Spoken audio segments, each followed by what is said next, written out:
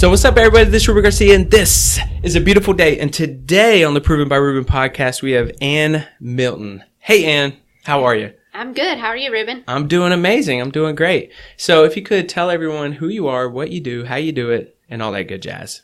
Okay, who I am. So, small town girl, born and raised in Lillington, North Carolina. I am a lifelong resident of Harnett County. I haven't moved with probably out of a 5-mile span my whole life.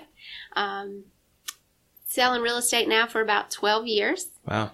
And started out in the business as an individual agent, grew that to a team, and just in January of 2018 opened as my own brokerage. Nice. Very cool. So before January 2018, just to give us some perspective for us, where were you? Units, volume, what did the business look like?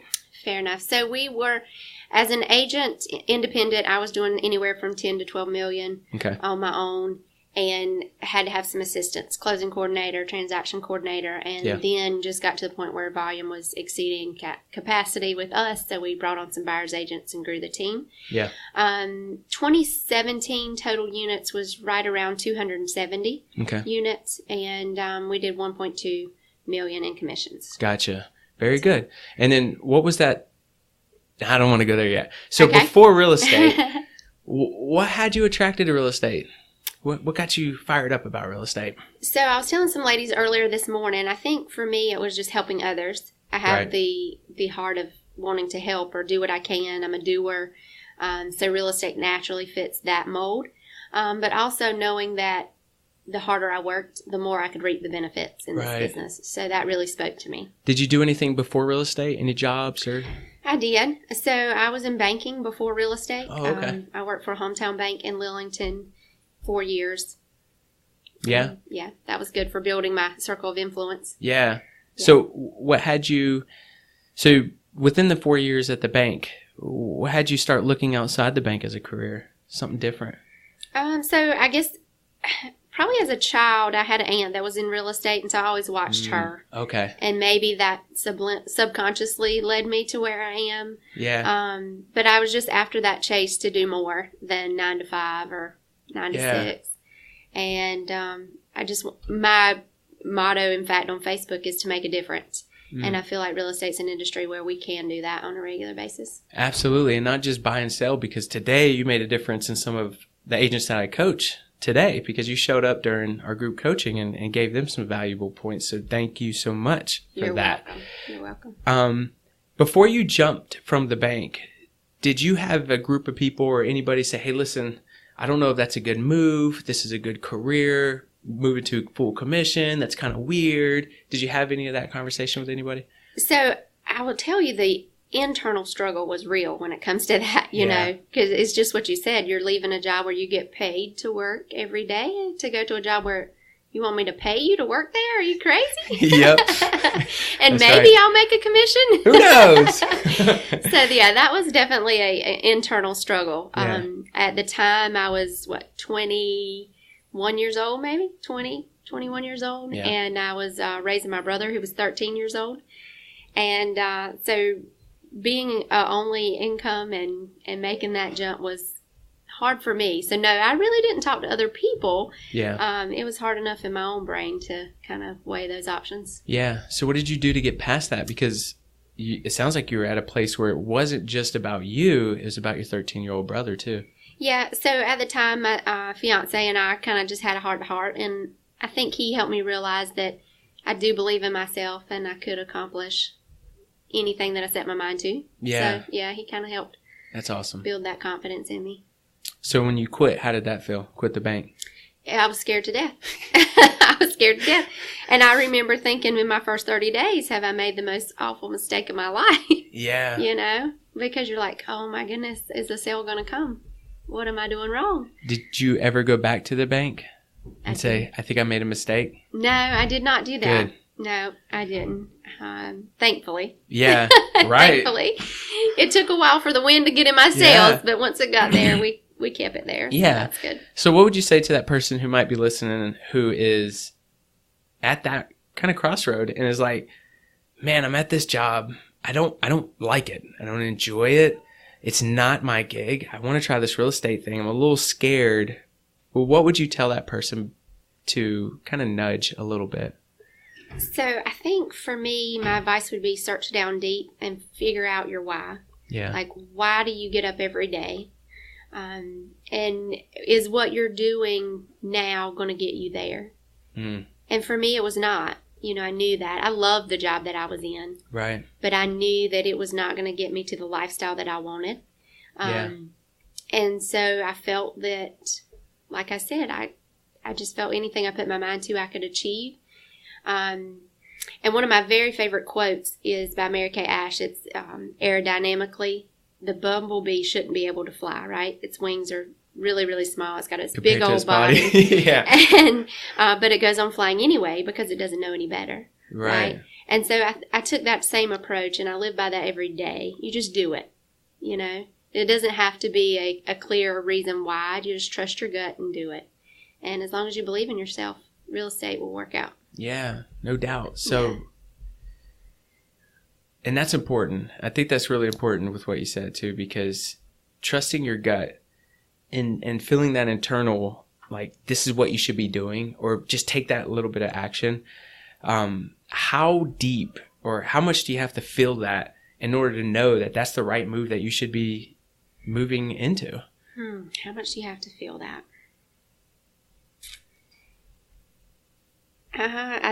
The first thing that comes to mind is that wedding dress approach, and I know that's hard for males, but for females, I look good in a wedding dress. When we put on that perfect dress, we just know. Right. And I'm stealing this from my favorite, Melissa Jones. She uses this all the time with her buyers. It's like, when you know, you know. And I think the same is true for if you're thinking about a career in real estate. You'll know if it's right for you. Right. Or just really anything, right? Yeah. Yeah, I think that could go in any direction. You're right. Yeah. Oh, it's all good. Her phone's ringing. Her phone's ringing. No, that's fine. That's fine. Yeah. Because I find that some people, they see a shiny object and they just want to jump towards it, not really having that love for it. Yeah.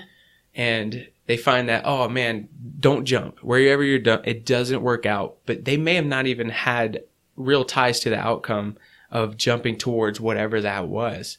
And for some people, like you said, it's that wedding dress moment. You just know. Mm-hmm. Now you just have to look at what it looks like to take that first step. So I feel like you get where I'm coming from with the wedding dress moment. I look good in a wedding dress. Give me the male version of that. Like, is it the perfect car or? No. Oh, man. So I can only speak for myself on this one. By the way, I'm a car guy, so that was really good that you jumped on that. I think for me, kind of reversing and going back to what you said was, is this going to get me to where I desire to be? Yeah. If not, just start looking at it and start questioning it, right? And the people that are there and everything else. And if you feel that this isn't what's going to take you where you need to be, you have to change, because you become a role model for everyone who's around you. I mean, if it's your kids or your spouse or just people who look up to you, like it's bigger than, it will always be bigger than you, I feel like. And if it's not going to take you to where you desire to be, you need to at least taste what it feels like in that other direction. You need to show life and everyone else that it's worth it. Yeah, definitely. So I don't know if it's a thing, although I love cars. So it's close. It's very, very, very close. All right. You just got your license. First year agent. And you shared with a little bit of the group today of what are those first things that you wish you would have hammered down at first. If you don't mind, just real quick, running through those, and then I'm going to ask you another quick question. All right. So we talked a little bit about schedule. Yep. And making sure that they have a calendar and that they stick to what they put on the calendar. And you added, I love what you added. You said why days? My day, why day. My day, why day. I love that. Family, fitness, and hobbies. That's very important. Another thing that I piggybacked on fitness, motivation, education, getting kind of your mindset right every morning. Eliminating distractions was another thing that we talked about, from the daily news to email notifications, Facebook notifications, getting sucked into that trap. So all of those I feel are critical for first year agents. But also I think if I were to go back and kind of reflect on what I would have done differently, Yeah. I wouldn't have been scared to grab a successful agent by the horns and say, be my mentor. I need your help. Let me do something that you don't want to do just to get a piece of your time.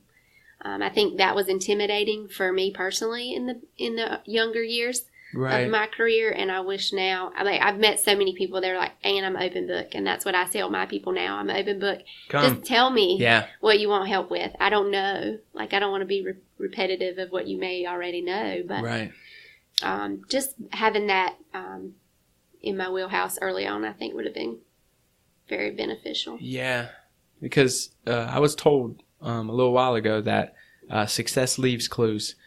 And if I want to be part of that success, then I should just pick up the crumbs that this person who's there is laying down for me. And I just have to be willing to ask them if I could pick up that crumb, right? Or just see where they're at with their business to help me get to where I need to be. I think that's super important. And what I think is super important is that you said, I don't watch the news in the morning. Mm-mm. And I think that we find that the news is filled with a bunch of, by the way, like I go to the gym in the morning and I'm working out and, lifting like a gajillion pounds, But I look up at the TVs because I got the TVs on and it's just like bad, bad, bad, bad, bad. And I'm just like, golly, could they put on something else? Yeah. Even if it's a blank screen would give me more than what the news is giving me right now. Mm-hmm. I think that's important. And thank you for sharing that with the agents who came to the mastermind today. Yeah, sure. Yeah. And it wasn't something that I did on purpose either, like with intention. It was just a habit that my environment had created for me. And realizing those things, I think, is important for others. It may not be the news. It might be talk radio. Yeah. I don't know. Right. Yes. Yes. Whatever that environmental distraction is, cut it out. Yes. So what do you tell that person who says, I can't change my environment? It's easy for you to say you have this great environment. Mm-hmm. I can't change it. What would I say to them? Yeah. Suck it up, buttercup. Suck it up, buttercup. Because yes, you can. Yep. Yes, you can. That's right. And it's every little thing like that. Like what you said, turn off the news radio or turn off the TV. You can change your environment. You just have to believe you can. Gotta have the want to. Gotta have the want. Gotta have the want.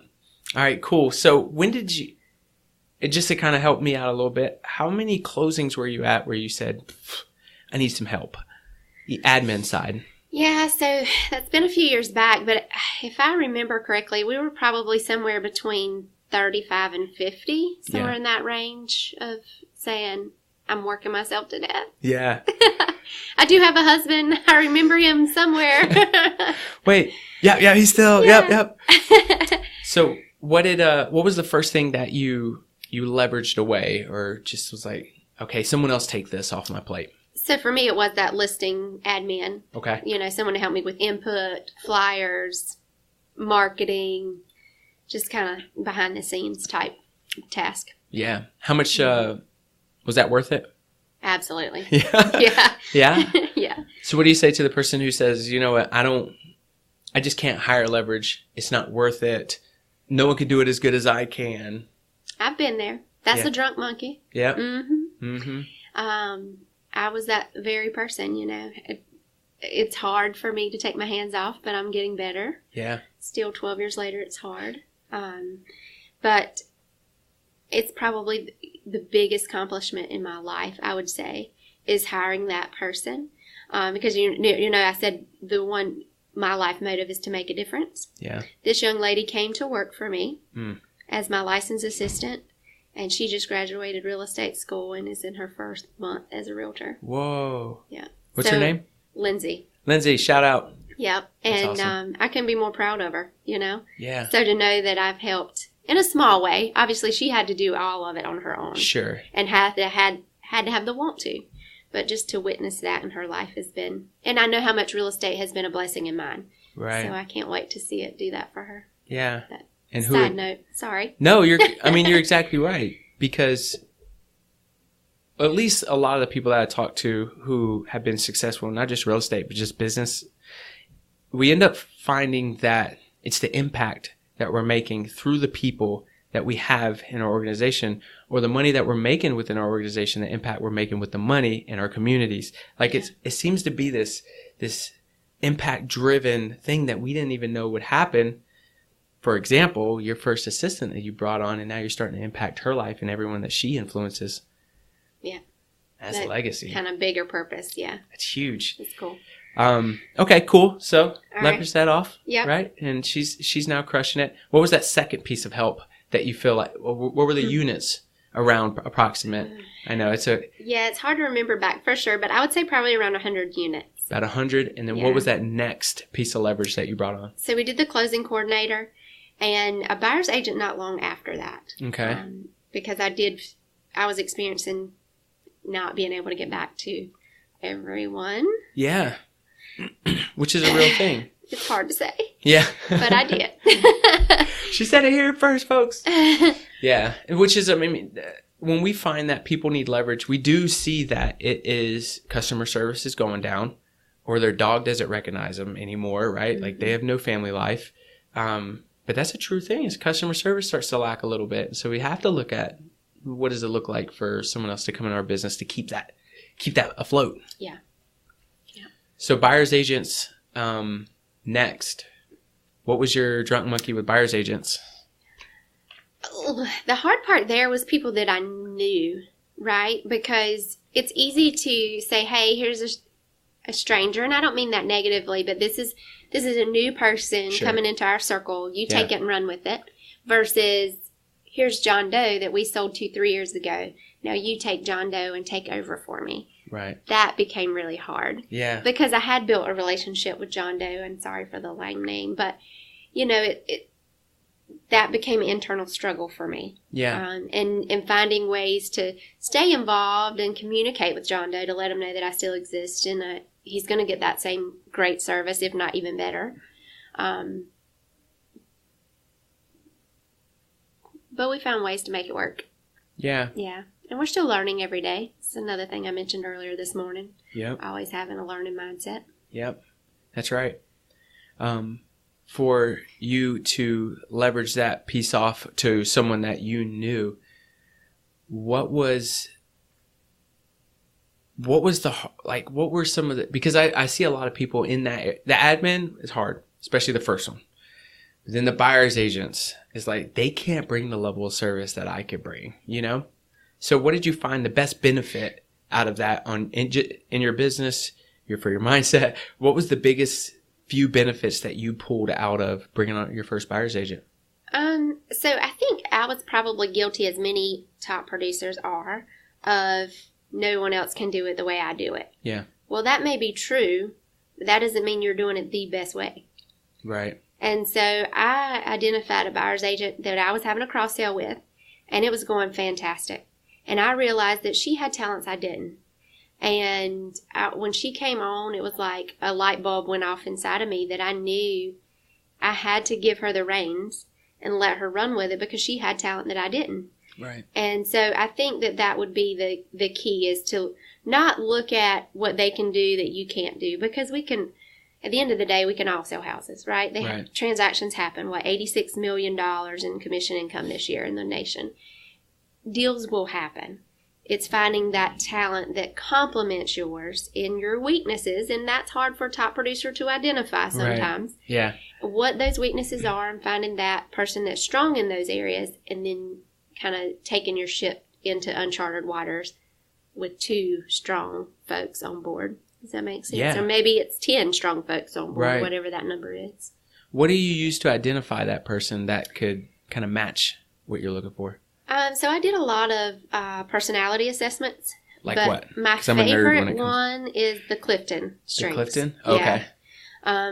And that really helped me discover why I love to learn, because that's kind of, that's just how I was made. Yeah. And understanding that you might sense these are your strengths, but having that confirmation from somebody who studies this on a regular basis kind of gives you like, oh yeah, I'm not just crazy or outlandish for thinking that I need to keep learning. Yeah. It fuels the soul kind of thing. Yeah. Clifton, Clifton? Yep. Okay. Yep. I've never done that. Oh, it's good. I might have to do that. Should do it. What other assessments do you, or is that the one? Well, that's of all of the assessments I've done, that's my favorite. Okay. Disc profile, obviously most people have done that in the real estate industry. And I know a lot of companies use that in their selection process. But I find that their questions could be, like one day I'd answer a question one way and then Thursday I might answer it different, depending on my mood. And so, like... That will change. I don't know that I love DISC for that reason. Yeah.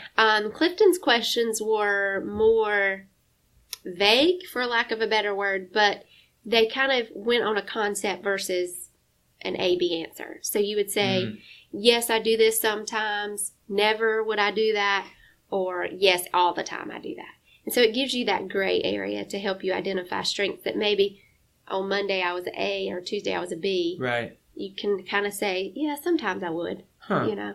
And I like that Yeah. because there's a lot of gray in our industry, right? Yeah. And with DISC, you don't get that gray area of answer. Right. They just high D or high. Yeah. Yeah. That'd be interesting. I'd like to take that and see what that looks like. It's very good. Very good. So you have them take that assessment. Is there anything else after that? Well, for me, I like to interact with them and have a sense of, you know, their personality, how they handle the transaction. Yeah. And then with my new ones, I've just kind of had meetings face to face. I'm a old dinosaur, I like to say, and you know, I do things old fashioned. Sure. But I feel I can learn more from a person face to face than over the phone or. What are some of those things you're looking assessment. for face to face? Face to face. Yep. When you're sitting down with them, are there a few key factors? Maybe you started with a question, but what are those key factors you're looking for? So I'm going to say number one is handshake. Mm. That's huge for me. Okay. So what are you looking for? Like a nice limp one, oh, right? No, definitely not. Okay.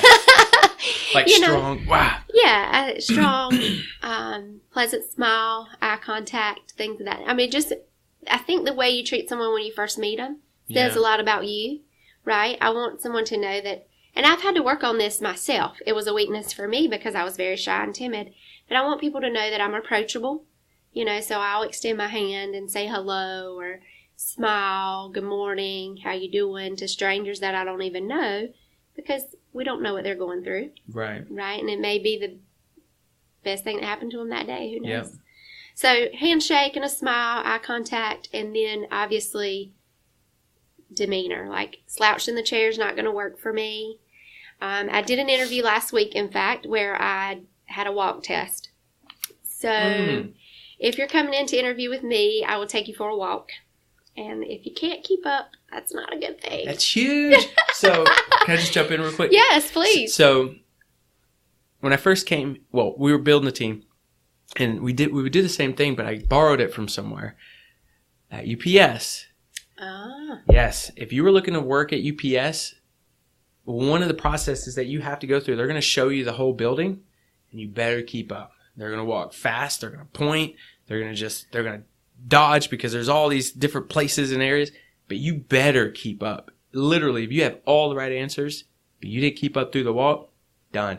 It's so fast. And I brought it here too, and I'll do the same thing. I think that's so cool, so important. Yeah. I'm glad you mentioned that.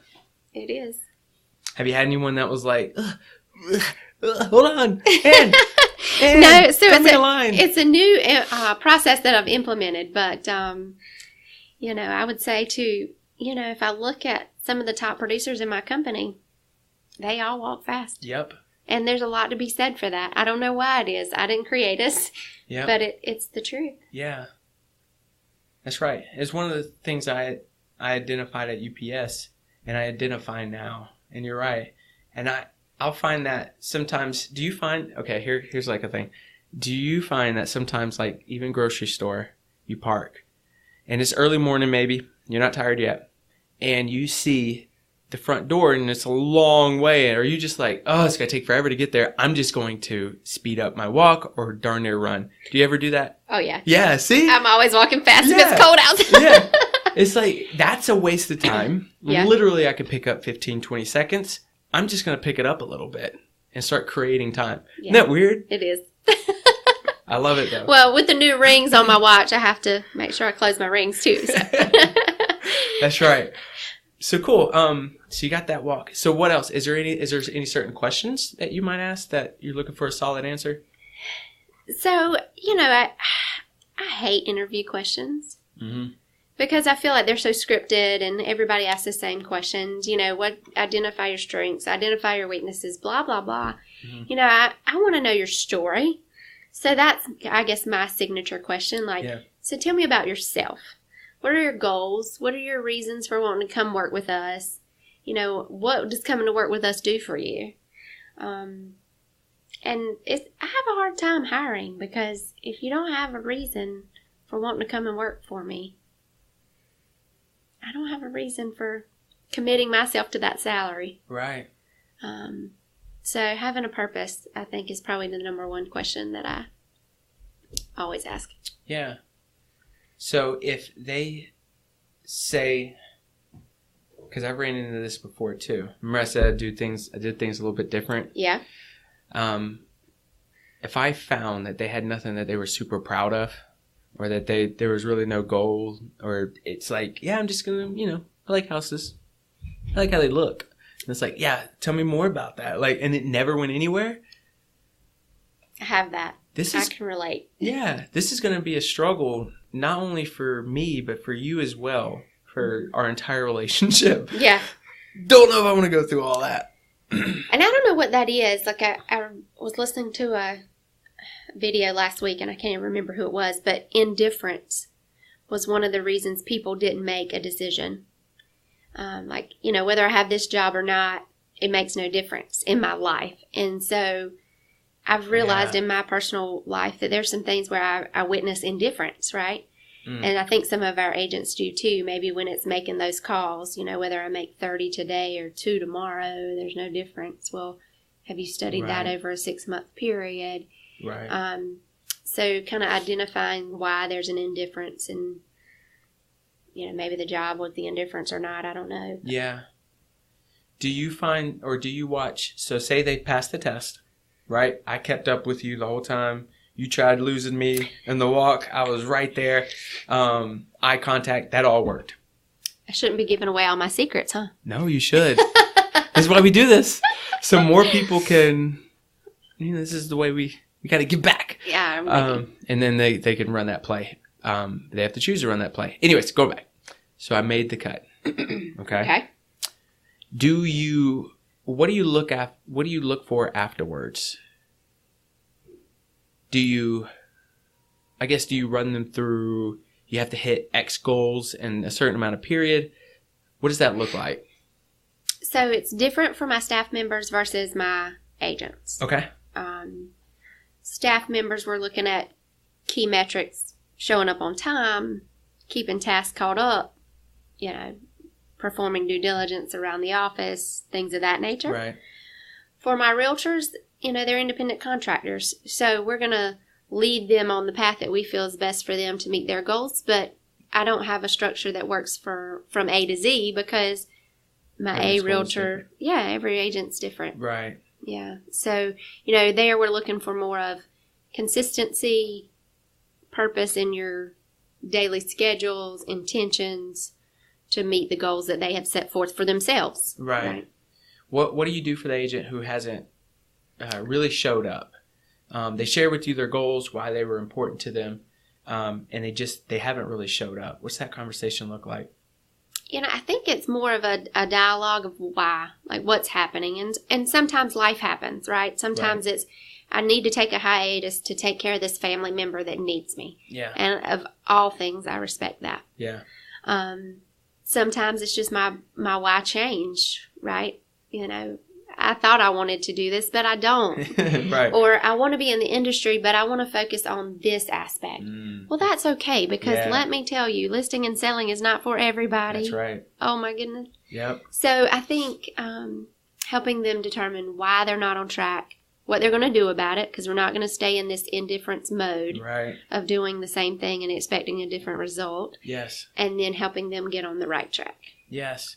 Have you seen some agents who it just wasn't clicking on the sales side? Yeah. Jumped on a different seat? Mm-hmm. I've had agents who maybe felt like investing was what they wanted to do, so they got their real estate license and said, let me try this. It seems like it's easy enough. And then they realized, I love real estate, but I don't love holding the hand of a seller. Yeah. I get it. Yeah. Right? Because you got to have some tough conversations with a homeowner. Yeah. Or a buyer that wants to go out every Friday evening and every Saturday morning to house hunt until they find the one. It's not for everybody. Yeah. So there's different aspects of the business that I think people can fit to. And maybe they have their license, but they weren't meant to be a people person. That's right. Maybe they'd make a great admin. That's right. So helping them identify what their true strengths are, I think, is key to that. Yeah. So you've opened up your own office. Mm-hmm. So you have agents who aren't necessarily on your team, but working with the office, correct? Mm-hmm. So what does your team look like now? So actually in January, when we went from a team of 7 to independent brokerage, we all went independent agents. Oh, really? Yeah. Yeah. Okay. But I did maintain my admin. Okay. So my listing and closing coordinator. Okay. So right now we're all independent agents working our own book of business. Everybody lists and sells based on what their decision might be to do so. Gotcha. Okay. So obviously the financial side of that for you is scale back on your personal business, and correct me if I'm wrong, but the overall office company dollar that comes in is probably going to supplement that. That's the goal, yes. Gotcha. Okay. Yeah. Okay. I was thinking, go big. Now you're going 400 units, right? Your team's going 400? This guy. Maybe next year, Ruben. Yeah. No, that makes sense, though. That makes sense. So yeah, remember I mentioned that 2-year-old little boy that needs me at home. Mm-hmm. So we had to make some changes. Yeah. Does he come to the office a lot? No, he doesn't. No, we're fortunate that his grandparents keep him, so he can have more fun at home with them than at my office. In a real estate office? Are you kidding me? All those paper clips. I took them with me the day after Thanksgiving into the office, and we made it from the back door to the steps. And I started climbing the steps to my office, and he says, I want to go to Grandma's. He's like, yep, okay. I get it. Me too, buddy. Yeah. Let's just lock this door and head out. Yeah. Cool. No, that makes sense. That makes sense for you. So it's you, 2 admin on your business, in your business, and scaling back. Cool. So where do you see this? Where do you see the end of we're in 2018, November. Where do you see November 2019, December 2019? Where do you see your business? Where do you see you overall? So my goal for 2019 personally is to become a well-oiled machine, right? We went from structure with Remax to independent. Things were in initiation mode or innovation mode, figuring out HR documents, policies and procedures, all this admin stuff that I don't care to ever live again. Yeah. So we've kind of got all that in place, and 2019 just needs to be a year of making sure everything that is in place is working like it should. Right. And building a system that, if in 10 years I want to sell, I can. Right. Back to Remax. Yeah. Okay. Man, that is one thing that I have found, that people who want to build their own office or break off and do their own thing, one of the things they do not want to deal with is SOPs, like the standard operation procedure mess and all that stuff. All right, me. I want to now get into, I want to open up my own office. What would you tell me? Oh. You poor child. Hire it. Done. Yes. So policies and procedures and SOPs are time consuming for one. And I would dare say not the cup of tea for any top producer. Like, that's why we're top producers. We want to be moving and shaking and here and yonder and in front of people. We don't want to be staring at paperwork. Yep. So I would say hire it out. And hire it out. Yeah, review it before you put it into motion. Did you have anyone help you? We did internally, and then I hired it out for review by legal staff. And looking back, I would have done it the opposite. Right. Yeah. And that's part of me being guilty of hands-on, do it myself. Stop it. Yeah. It's all good. Yeah. Do you have a coach or anybody who helps you now? I do. Do you? Yeah. Cool. What company are you, if you don't mind me asking? I am. Totally up to you. Tom Ferry. Tom Ferry. Yeah. Very cool. Very cool. Would you suggest to someone else that they could do this whole thing, even building the business to where I could maybe sell the business, doing all that stuff and building it to where you're at? not having a coach versus a coach, right? If they don't want to have a coach, what are some of the things that you would tell them? If they don't want to have a coach? Yeah, it's like, nah, I got this. I would say adjust the mindset. Yeah? Yeah. Because if I could do anything different in my real estate career, it would be get a coach early on. Yeah? Yeah, definitely. What are some of the gaps that you think happened because of not? So the time to get to the level of production that I wanted to be at, it definitely, the first 3 years were great compared to where I was in life, but they weren't great compared to where I am now and what was possible, right? And you don't know what you don't know, but a coach can help you learn the things that you don't know. Yeah. So I think I'd tell that to any new agent when I'm at these coaching events and they're always, trying to solicit more people to be on the team or in our ecosystem. I would do it. I would not wait. We wait because of the financial hardship that a lot of us face early on. And I can understand that. But it definitely would have made a huge difference. Yeah. Yeah. Are other agents in your office, are they kind of following that lead? No, I would say the other agents in my office actually, they have other coaches outside of the Tom Ferry ecosystem, but a lot of them look to me and I'm able to kind of funnel that down to them. Yeah. But some have independent, I've got some agents have been in 20 plus years. Right. So they had coaches long before I even entered their circle. Yeah. And I certainly respect that. Yeah, no doubt. And some people, their coach is their mom, and that's awesome too. Right. Do you see anybody who is coming up in your office that would like to be leadership, that wants to kind of push into the corner and be like, I think I could do this thing? Oh, yeah. I definitely have some rock stars in my company. Yeah? For sure. For those rock stars, now this is different from bringing someone on. This is now someone who can run this company that could maybe sell it or maybe just keep running this bad boy. Mm-hmm. What are you looking for in that person? So, first and foremost, I think anyone on my team would tell you that I strongly, strongly hold value in the fact that we treat our customers the way we want to be treated, and our name matters. So, someone who would take that and carry it on would mean the most to me. Right. Right. Like I personally purchased the building that we're in from an agent who retired out of the business, and I knew what her work ethic had been and her quality of relationships with people and the value that she put in those clients. Right. And so we've tried to make sure that we maintained that, and I would want someone to do the same for me. What's number 2? Number 2 is obviously production, right? I mean, I want someone who's thriving in the business. I think that there's a lot of agents that go at it half-heartedly. I could say a different word, but I'll be politically correct on here. And, this is the place. So that's important. Like, I feel like if you're going to do something, you need to give it your all and not just, we'll see what happens. I think you do it and you show up every day and you give it your best and thrive, not just make a living. Thrive, or was it survive, not just thrive or something like that? Thrive, not just survive. Number 3, last one. What would you look for? Number 3. So, reputation, thriving, and passing it on. Building a culture where other people can keep growing and being successful. It's crazy? I am an acronym guy. I build tons of acronyms to help people remember what they need to focus on or whatever. So you started naming off those 3 things, right? The first one started with R, which was reputation. Yeah. The second one was T, which was thrive. And I was thinking in my head, I was like, that'd be crazy if it was RTP, like in Raleigh, the RTP.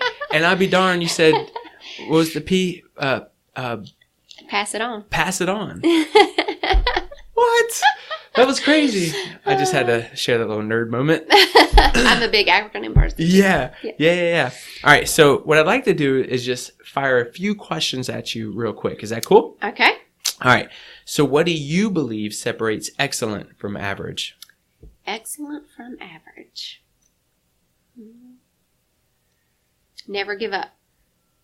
A lot of us will quit early just because we don't feel good or, like me, I wanted to bail on you today just because I've got this crud going on. I was like, but, come upstairs. Having someone that can help hold you accountable makes you show up and not quit. Finding someone who holds you accountable and just never quitting. Mm-hmm. I was telling someone that. I said, listen, the key to making in real estate is literally just don't quit. That's it. Yeah. Just show up and don't quit. Don't give up. Yep. Because this is what we do you guys call it a 90-day business? Like what we do today shows up 90 days from now? Mm-mm. We'll call it a 90-day business and we'll say, listen, you won't see anything for a while. Just don't give up. I promise it will start showing up. Same deal. Do you have a favorite failure that you believe has set you up for success? Favorite failure. This is a good one. Goodness.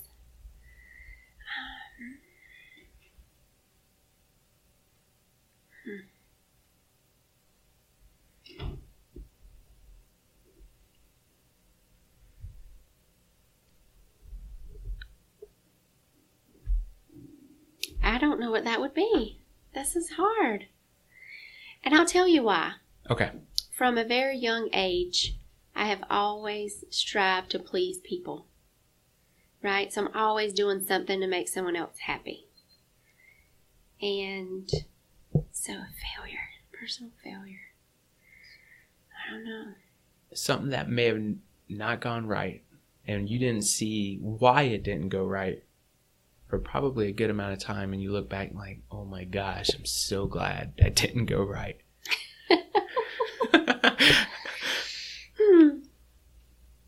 No, I have to table that one. Tabling that one? Yeah. Cool. We'll do it. We'll bring that one up next time. Or if you think about it later, text me, okay. and then we'll throw it in here. All right. Okay? Because I still got to do post-production and all that good stuff. What have you gotten better to saying no to? Busy work. Busy work? Definitely busy work. We talked a little bit about that. Yeah. So we, given the admin the reins to get all the listings set up and the paperwork sent back out. And busy work. So what would you replace with busy work? Appointments, face-to-face interaction. Yep. We talked a little bit about this earlier. Yep. Very cool. All right. So what profession other than your own would be fun to attempt? Oh, what profession? I would have to say probably a pilot. A pilot? Yeah. Why? I love to travel, see new places, so I think it would give me a nice perspective of other places. What kind of plane? I don't know enough about that, but probably not a helicopter. Those are really loud, right? That's right. That's why we don't have flying cars. That's what I'm hearing. Spacious cockpit. That's a room? Yeah. Got it. You just bought that plane. Luxury. Yeah, luxury. Kick the feet up. Do you drink champagne? Sure. Wine? All right. All that's ready to go. Where are you flying to? Where's the first place you're going? So I've had this crazy, outlandish desire, and I don't know where it comes from, to go to Madagascar. You're the first I've heard this from. Yeah. So, lots of people have gone to Europe and Australia and Canada, whatever. But Madagascar interests me. I don't know why. Have you dug deeper into that? Like, where did this come from? Mm-mm. Maybe the movie. That's the first thing I think about. Yeah. What do you think you'll see there? Or what do you think? It's an island off of Africa, so I love warm weather. That should suit that desire. Check. Exotic animals, right? A different culture. Probably good food, I would imagine. Mm-hmm. No. Do you think that's part of the adventure, though? Yeah. That you don't know? The unknown. Yep. Yeah. You fly in, and you're like, sure, there's good food here. Yeah. Let's just figure it out. The only thing I ask for you to do, because you're going to go to Madagascar, that's going to happen. Document it. Like, if that's okay, right? Yeah. If that takes away from it, then don't. But it'd be cool to see the experiences you go through when you're trying to find the great place to eat, or when you meet that cool culture. Yeah. And what are the things you pulled out of there, or what do they do differently? I kind of want to live through your eyes selfishly is the reason why I'm saying this. That'd be cool, though. That'd be cool, right? Rooting for you on Madagascar. I got to make sure all those pirates are gone, though. Yes. Yeah. Pirates are no bueno. No bueno. Which I saw a lot of those during Halloween. Yeah. A lot of pirates. A lot of pirates. A lot of pirates. What is a mistake you're seeing newbies do in our industry? Your industry, our industry. Yeah, newbies. So I would say, and we touched on this a little bit upstairs, but not coming into the office. You know, so many are not busy in the beginning, and you're not going to be. But you got to come in. You got to show up and be a sponge. Soak up the conversations that are going on around you and pick up a crumb where you can pick it up. You know, I find I have crumbs all the time falling off my plate. And I don't mean that negatively, but if you're there, you're going to get it. Yeah. If I never see you, that's right. I'm not going to say, hey, run with this ball, right? I got to see you to throw you the ball. Yeah. And if you're not on the court, you're not going to catch the ball. You need a basketball somewhere in your office or a hoop or something. Yeah. So I would say that's it, showing up.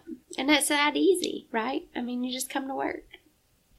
But they have that drunk monkey. Some, not all. Yeah.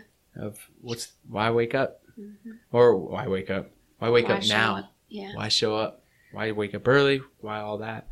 You're exactly right. And I think there's an energy that you get too, depending on the office, obviously.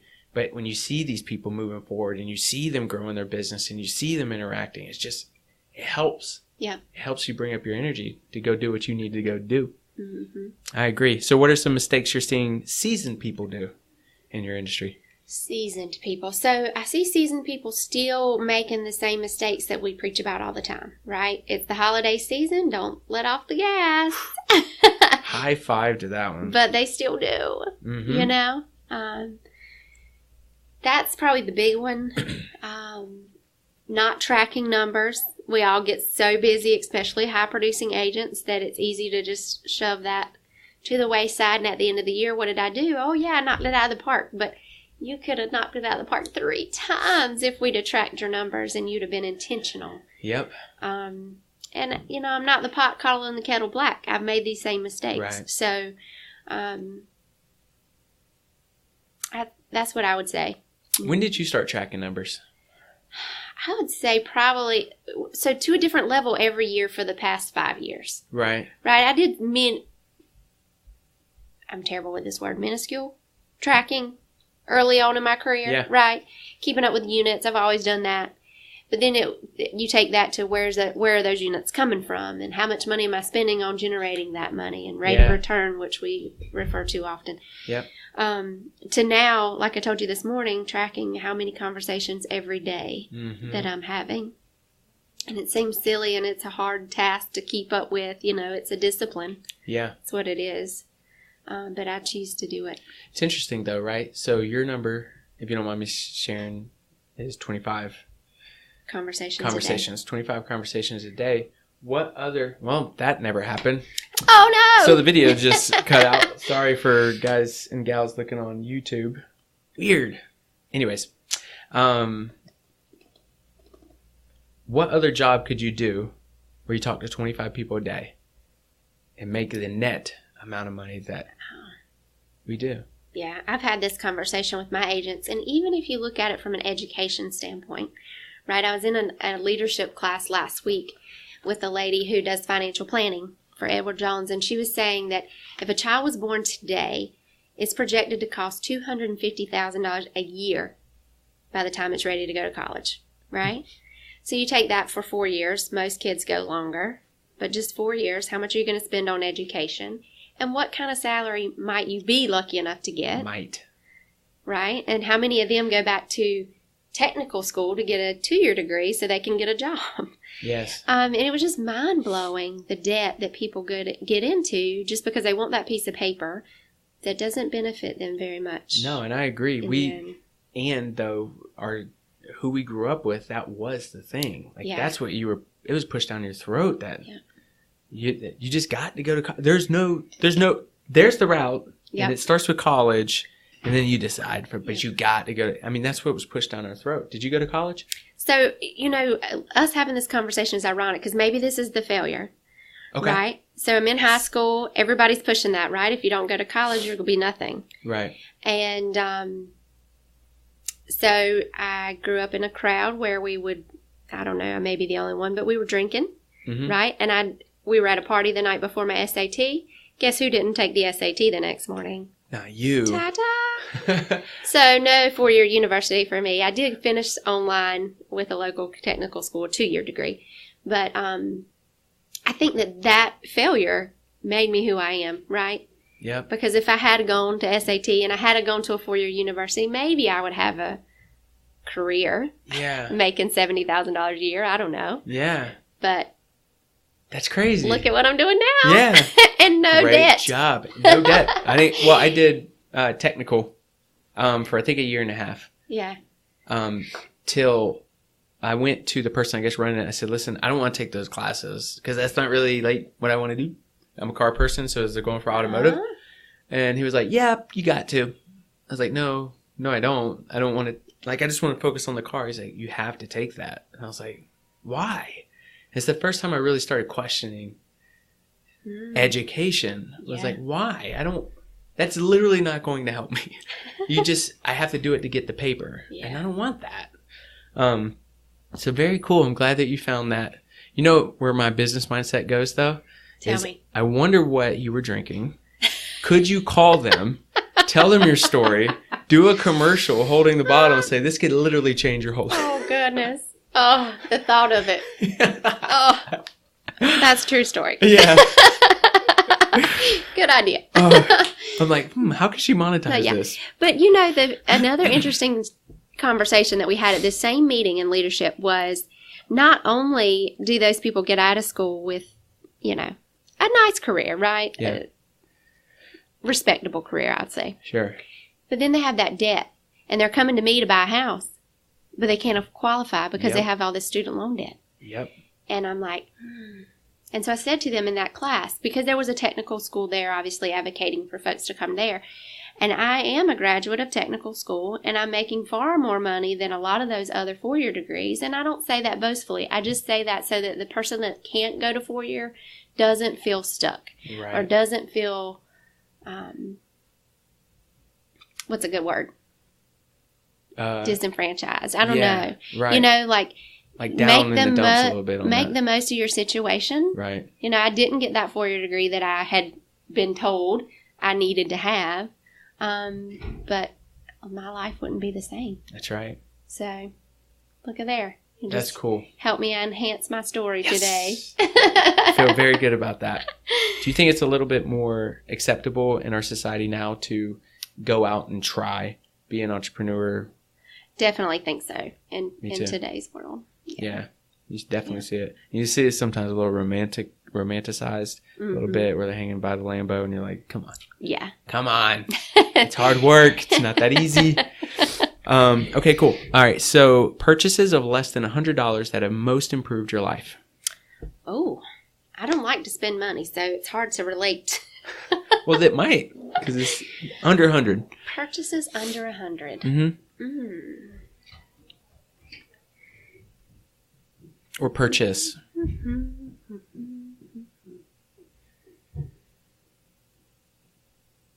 This is hard. Guys, he doesn't give me these questions in advance, in case you're wondering. Anyone these questions in advance.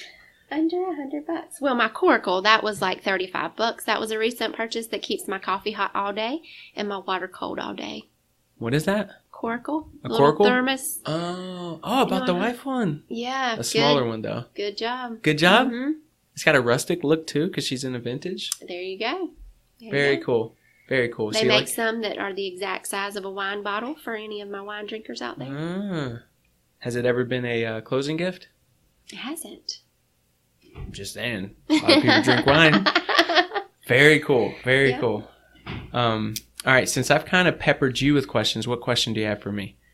So we talked a little bit coming down the stairs, but I didn't get to know much about you and your experience other than you told me about the prior job with UPS. And so you've been doing this coaching business development for how long now? January year to date, so 11 months. So our journeys began at the same time, so to speak. Very That's cool. Right. So tell me what you've learned along the way. What's one thing you've learned that would help new agents and one thing you've learned that would help seasoned? Calendar for both. Calendar for both. Calendar for both. New agents, a little bit we talked about of structuring. It's great because they're not busy yet. They can plug this stuff in your calendar. As long as you follow it, you'll be good. Just you got to follow it. Please follow it, which is all personal stuff that keeps you happy, the reason why you live, right? The super fun stuff. And then for the seasoned agents, you really have to be good in your calendar because what you plugged into your calendar, the 80-20 rule, the 20%, and not staying busy, that doesn't move for anybody or anything because once you've conquered that, you've not only affected your life, you've affected a lot of other people's life. So you have to, it's like that. If you say yes to one thing, you're saying no to something else. If you say no to that, you're saying yes to all your dreams. You're saying no to Madagascar, right? Like you're saying no to all the things that you desire to have in life. So how can you make sure it gets done? Look at your calendar, plug it in, and be very purposeful within the time that you've allotted to build the business within your 20%. Yeah. Calendar for both. What do you think the weakest link is for successful agents? Stuck in their ways. They believe what they're doing, and it could be working. Just stuck in their ways of what they're doing right now works and will work forever, despite who it's affecting. Because I think and this is not everyone obviously, but they look at themselves and they say, I'm successful. And you turn around and see who's been affected through this success, right? Like, Are we building an empire just in your business, or are you building an empire in your business and your personal life, right? So sometimes you have to change the way you look at things, I would say that. That's true. Who do you find has the hardest time with budgeting finances? For the overall business or personal life too? Personal life too. You mean seasoned or newbies? Mm-hmm. Do you study that do you get into financial pieces in your business development stuff? Yeah, I'll do a class that's building capital reserves. And you have to budget your personal life in order how much money are you building up for capital reserves for someone else's business, your business, Madagascar, cash account, this type of stuff. So you have to look at what their personal life looks like. I would say leaned more towards newbies, but not by much. Okay. And only because they haven't been drowned in the world of business to where you have to look at finances, P&L, and like that bleeds over into your personal life if you take that same concept. For newbies, even business P&L is new to them. Yeah. I think for seasoned agents, at least they understand that they can bring into their personal, but I think it's such a punch in the gut, a reality check. That's true. For newbies. Yeah. Yeah. I think sometimes as a seasoned agent, I may be speaking out of turn, but we get so numb to maybe some of the things that we implemented 3, 5, 7 years ago that you're like, oh yeah, that is important. Yeah. You just kind of set it and forget it in some things. And then you, as a leader, maybe sometimes I found that I'm lax in making sure my newbies get those foundation benchmarks set in place. Yes. So one thing that I've done, and you could totally do this as well. I'll send you the document. I don't even care. All right. But it's just a check. It's a checklist. So say, for example, I just started with you today. You run through this checklist. On this checklist, it has your calendar. These are things that you're going to time block. You and I, we found out that Madagascar is important. So what are you going to do 2, 3 years? We're going to look at this stuff. Got to live on your calendar. Okay. Also, have you opened up a business account? Have you opened up a tax account? No? Okay. Are you at that place where an LLC is important, right? Or an S Corp or whatever. But it's a list. I just run down it because I was guilty of forgetting things. And so I just systemize it is all I do. Now, the next time we meet, you hired me today. You had that conversation with me today. You said, so when do you think you can get this done by? Right? You don't tell them to get it done by a certain time. They have to tell you. And they say, 2 weeks. You say, fantastic. I think that's great. You both look at the calendars. When can we meet for 15 minutes for 2 weeks from now? And you run down the list to make sure they've done it all. If they've lied to you and they said, do they have done it? They're only hurting themselves. But maybe there's someone who appreciates what you say and what's behind those words you say and goes and implements and is proud. 2 weeks in the game, has set up a business account and a tax account, right? Like, that's huge for newbies and a lot of seasoned people that have been in business forever just haven't done that yet. Yeah. So I would just say systematize it, because I agree, and it's happened to the best of us. Just throw it in a system, and I'll send you that document if you want to take a look at it. Yeah, thank you. You're welcome. So how are we doing on time? We're doing great. Any other questions? Oh, by the way, there's really no structure to this thing. Yeah, some last for. Do you know? And we're about to obviously wrap this one up, but he's gonna kill me. Ralph Locklear, Southeastern Contractors, builds custom homes. Should I? Yes, you should, especially with inventory being tight. Relationship with builders are like getting more key. But this guy, we lasted for I think 3.5 hours. Oh wow! So I'm boring. Yeah, no. You were right there where we usually most of them are an hour to an hour and a half, gotcha. And we were an hour and 54 seconds. So literally, we're good to go. Gotcha. I don't know. Give me some tips. I don't know. I'd have to come. Ask you questions all day, probably. Well, that's fine, because I think that through the answers, someone who's listening can implement it. Can help them. Yeah. So what's the first week look like for a new agent in your world? That list. Get that out of the way. Yeah. I let them know, and I say, listen, well, one, this is a 90-day business. What we do today shows up 90 days from now. We're basically almost done with the first quarter of 2019. So if you don't see anything, don't freak. And then how often are you checking in with them? Twice a month. 2 30-minute sessions. Wow. Yep. Okay. 2 30-minute sessions. But I will say what's cut down the conversation pretty quickly is numbers. When they come in, they have to drop their numbers, goal and actual, for the month. Because you could tell me all day that something didn't go right, but the numbers are telling us completely something different. And would you agree, Mr. or Mrs. Agent, that if we focus on that, it would clean up the mess that you mentioned earlier? And they would say, yeah. I say, me too. All right. What do you tell the agent that struggled to get some production on the board? They're making their calls, but haven't really done much other than making the calls. Okay. So 2 things. One, I want to go back and look at their DISC assessment. Their KPA, which is it's a Keller Williams thing, Keller Personal Assessment. So it goes super deep into whatever. But it kind of says, you'd be great as a transaction coordinator. You'd be great at a blah, blah, blah. So I want to go back to that and say, and look at that, and maybe we got some hints that maybe sales isn't your jam. Mm-hmm. Maybe you're high S, high C, KPA is saying great listing coordinator, right? Or whatever. And then we just have that conversation. That's number 1. Number 2 is, what we do first is they exhaust their database or their warm leads, meaning everyone and anybody that you know. I even got a memory jogger thing I give them where, it's like, who do you know type conversation. If we don't pull anything out of that, then we start moving into a niche. So in our first meeting, we've talked about their hobbies, right? Because they got to time block that stuff. And I maybe go into their hobbies, maybe go into their neighborhood, maybe go into the price point that they say they want to be in. And then we just go hyper focus on that. So it's not all the time calls. And in my program, a contact is database, meaning you got to add them in your database or they're already in your database. Add notes. Who is this person? Where'd you talk to him? Did you see him in the broccoli section, that food line, right? And then a follow-up. As long as you do those 3, I don't care. It doesn't have to necessarily be calls. You could be playing tennis and got their information and then added them in. So they may not be good for sales. If that's not it, we need to go hyper niche into something. Mm-hmm.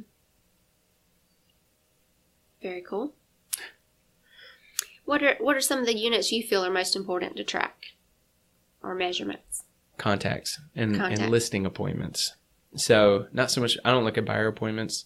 They're great, cherry on top, but we know listings are the one thing. The source. The source. Right? That's right. So, and listings will bring buyers and so on and so forth. So I just focus on listings. Yeah.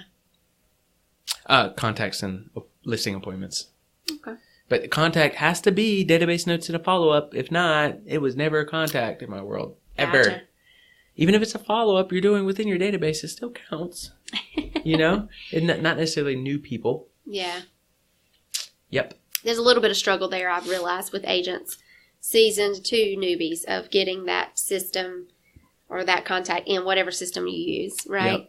Yep. It's in my car above the visor. Yeah. No good. It'll make it to your database. Never. That's right. So, so how could you be purposeful on inputting people into your database? Mm-hmm.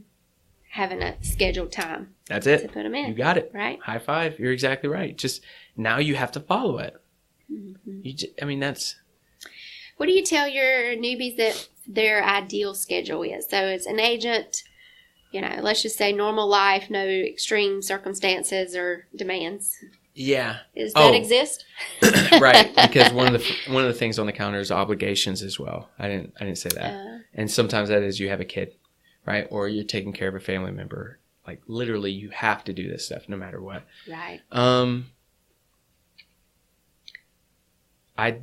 Every one of them's different. Yeah. Seriously, like once we plug in the personal and all that stuff, I say pull out your calendar because we found out how many contacts you have to make. All right, so where are we plugging these people in? It just every week is different until you're like you said, if there's nothing on the calendar, then yeah, let's get our morning stuff done first. Mm-hmm. Create business, service business. So that was kind of where I was going, right? I encourage mine to work in the business. Yep. And then on the business. Yep. Kind of thing. That's exactly right. Morning and afternoon. Afternoon's usually serving the best time for appointments. Mm-hmm. That's right. And mornings for calls. Yep. Is that kind of your motto as well? Yep. You got to create the business. And knowing that what we do today shows up 90 days from now, for some people what it's done is, or at least in what we look at, they've printed out a calendar of 2019, and if they don't do something that day, they go 90 days and they put a big red X and say, hey, listen, ain't nothing showing up that day. You didn't do what you were supposed to do. So, ouch. Yeah, because it's bigger than you. Like, who did you really affect, though? Yeah. But, yeah. So, and a lot of our stuff is calculation, right? So, if you're helping an agent set goals, there's 52 weeks in a year, right? Yep. Are you basing it on a 52-week schedule, or are you telling them to adjust accordingly for holidays, sick time, family time, vacay, whatever? Yeah. So we'll look at an annual. So I guess it does encompass all 52. Okay. But for us, the way that I look at it, and maybe this is not the way I should look at it, I do 52. Knowing that 6-7 months in, we're going to start hiring leverage. And we will be able to take off more and more time. But I kind of want the pressure to be there in the beginning. Gotcha. Yeah. Interesting. Maybe that's not how I should do it. Well, there's no right or wrong, probably. Yeah. I just wondered how you guys did it. We do a 50-week, because there's going to be... yeah, exactly. And that's true. 2 full weeks that don't get... Christmas and Thanksgiving alone blow those out of the water for a lot of people. Yep. So... Yep. And I can't... You couldn't have told me that. When I was a first agent, a first-year agent, if you would have said, we're going to do 50, I'm like, no, I'm doing 55 weeks. I'm going to do 60 weeks. I'm going to create time that's not even... This has to happen. Don't give me 2 weeks now. So I don't know from the person sitting across from me. I don't know if this is it. It has to happen. I mean, I'm not going to take a vacation.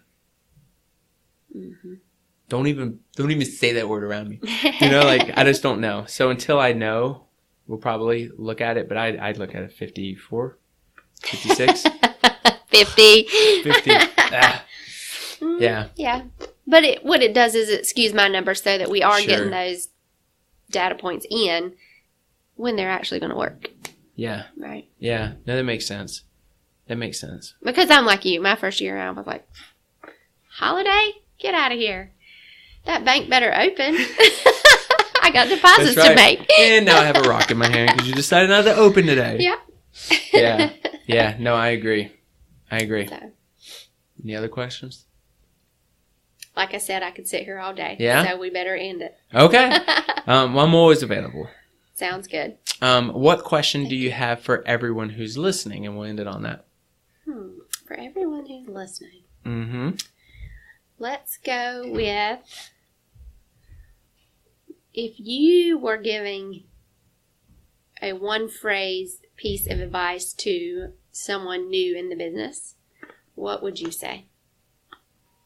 What would your one-phrase piece of advice be to someone brand new in the business? All right. If you guys are listening, when you guys are listening, write it down and really do that this week. Really give that advice to someone this week. And then in the comments or find us somehow, some way, and let us know who it affected. Yeah. And how it affected them. Cool? Very cool. Maybe they can blast it out on social media and tag us or something. That's right. So we can see it. Jumping on that. Where do they find you? And Milton. I'm on Facebook everywhere. I don't know. On Facebook. Do you mess with any other social media? Instagram, Twitter. We're on them all. Okay. YouTube. Gotcha. Yeah. Okay. Any office number you feel comfortable? If not, cool. Yeah, I can give my office line. Yeah. Sure. 910-814-1012. Very cool. So hit her up. And thank you so much for stopping by today. You're welcome. Not only to give some of the agents value in that group coaching, but also today, and who knows who we're going to affect through this podcast. So thank you so much. You're very welcome. Thank you. You got it.